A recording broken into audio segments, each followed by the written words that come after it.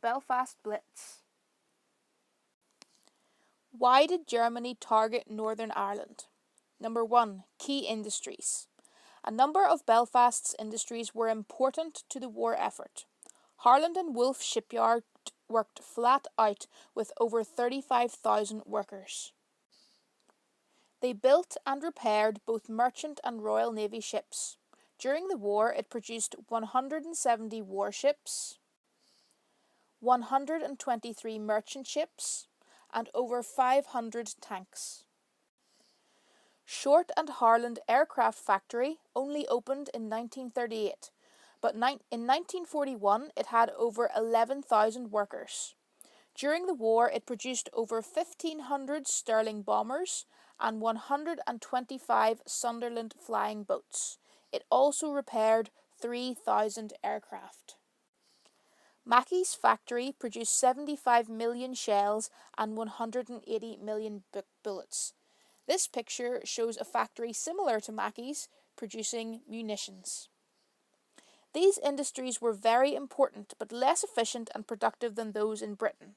Productivity was not as high as it could have been. No new factories had been built by 1941 and unemployment remained high. The second reason that Northern Ireland was attacked was because it lacked proper defences. Northern Ireland's defences were weak. Germany knew this. There was little ARP protection, a lack of both Anderson and Morrison shelters, limited use of evacuation, and only 22 anti-aircraft guns to protect the city. Belfast would be an easy target to attack. From September 1940, occasional German reconnaissance planes were spotted over the province. Number 3. ERA had remained neutral. When De Valera decided to remain neutral, many in Northern Ireland thought that Germany would not attack for fear of bringing ERA into the war. Germany knew this. Once again, Northern Ireland's complacency was one of the reasons it was attacked. The image shows a marker at Malin Head in County Donegal. These markers were used to alert pilots that they were entering neutral ERA. During the day, they would have been able to see the white writing on the ground. At night, fires would have been lit so that pilots, both German and Allied, could see that they were now entering neutral ERA. Number 4. Some nationalists in Northern Ireland refused to observe the blackout. They did not observe the blackout, which meant that Northern Ireland could be seen from the air.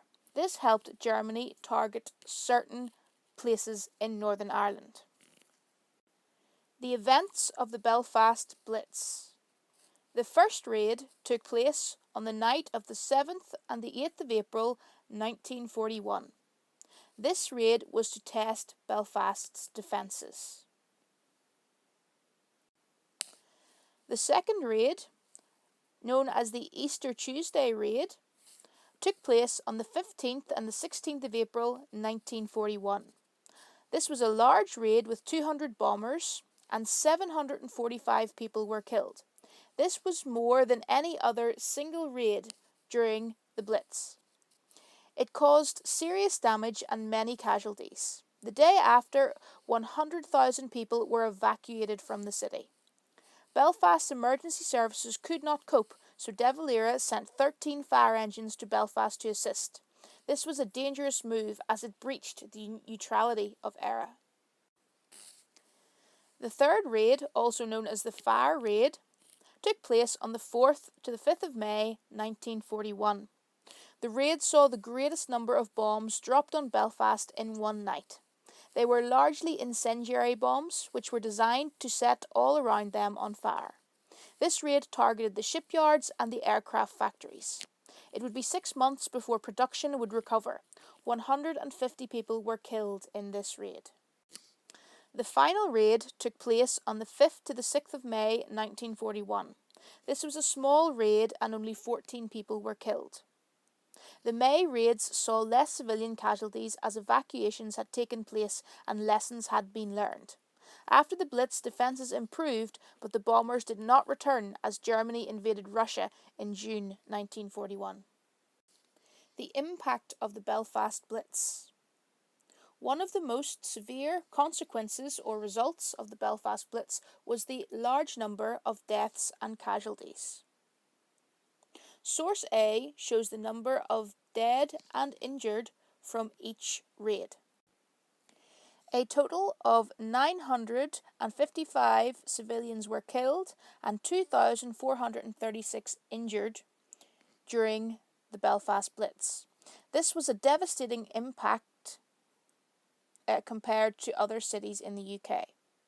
745 killed in April 1941 was the highest loss in a single raid outside London.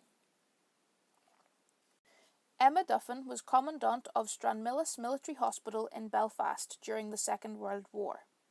She had been a nurse during the First World War and had seen many soldiers die. However, even she was shocked by the amount of death in Belfast during the Belfast Blitz. This is what she wrote in her diary. With tangled hair, staring eyes, clutching hands, contorted limbs, their grey-green faces covered with dirt, they lay bundled into coffins, half shrouded in rugs or blankets or an occasional sheet, still wearing their dirty, torn, twisted garments. The second result of the Belfast Blitz was the large number of homes that were damaged. 57,000 homes were damaged or destroyed, and over 100,000 people were made temporarily homeless. 15,000 of these were permanently affected. Industrial infrastructure was destroyed or damaged. Vital war industries such as ship and aircraft production were damaged. It took 6 months for these industries to recover. Many people left the city after the Belfast Blitz. Many people fled Belfast to live in other parts of Northern Ireland. Some even went to neutral era. Remember, when you are revising, you cannot use this video alone. You must also use your notes and what other information you have been given in class.